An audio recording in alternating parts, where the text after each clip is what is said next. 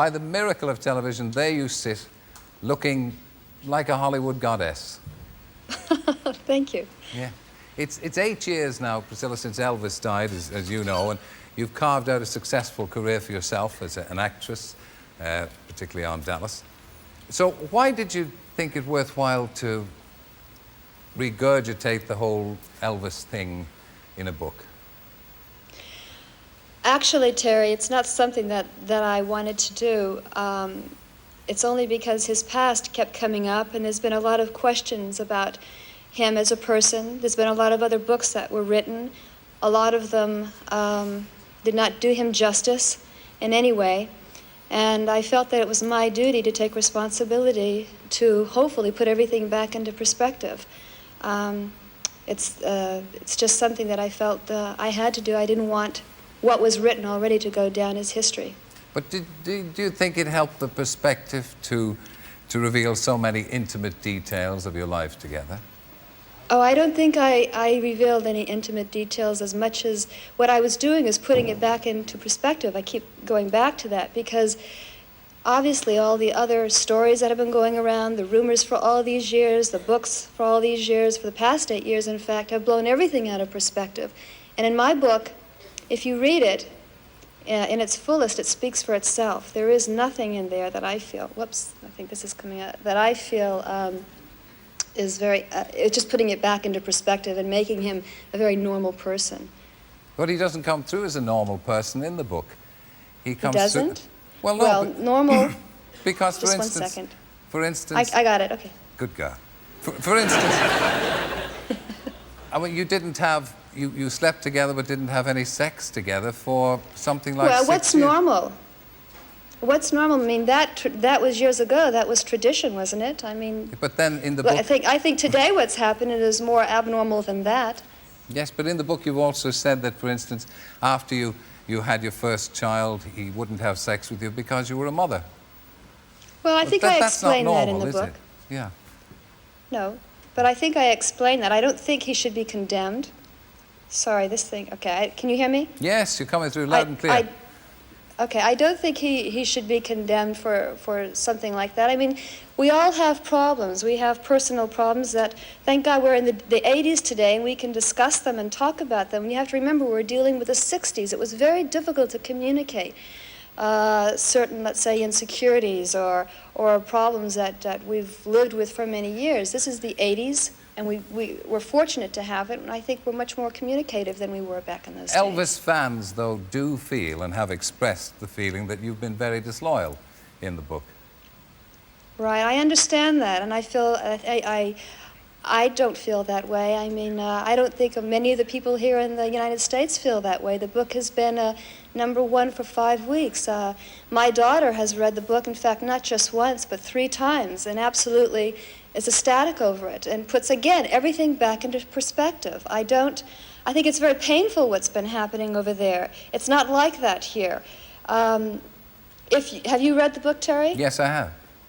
And do you feel that it's a disloyalty? I think that it makes him a human being. It makes him very sensitive. It makes him a person that one can deal with and not this idol or this robot. I think it was, if people want to know what happened, it's in the book. And that's exactly what happened. I don't think I was harsh with him by any means. I dealt with it very sensitively. It's 4 years that it took for me to write this book. When you were 15, your parents allowed you to go and live with him in Graceland. No, if you read the... I did read the book, yeah. I'm sorry, go ahead. Yeah. I'm sorry. You have a 17-year-old daughter yourself now. Would you let her do that kind of thing, even in these free-living 80s, as you say? Well, I think we have to, I can't in general say no, absolutely not. I think you'd have to take each situation individually. It's not something I would like. No, I wouldn't allow her to all of a sudden go off with someone that I didn't know. But again, this was very difficult for my parents. This was not an easy thing for them. They went through an awful lot, and I put them through an awful lot. I was in love, and there was a lot of calls between the two of us. I faced them and confronted them and said, listen, I'm in love with this man. I already knew what I wanted then, and I wanted to be with him. Now, when you can't, it's difficult to deal with someone who's in love because That's exactly what they were doing, and they did not want to hurt me in any way. In fact, my parents and I are very close today, and I'm sorry that I put them through so much, because they're wonderful people. So you don't regret it? Oh, looking back? absolutely not. There's stories in the book about Elvis's temper, about how he would overreact perhaps to television shows he didn't like. Right.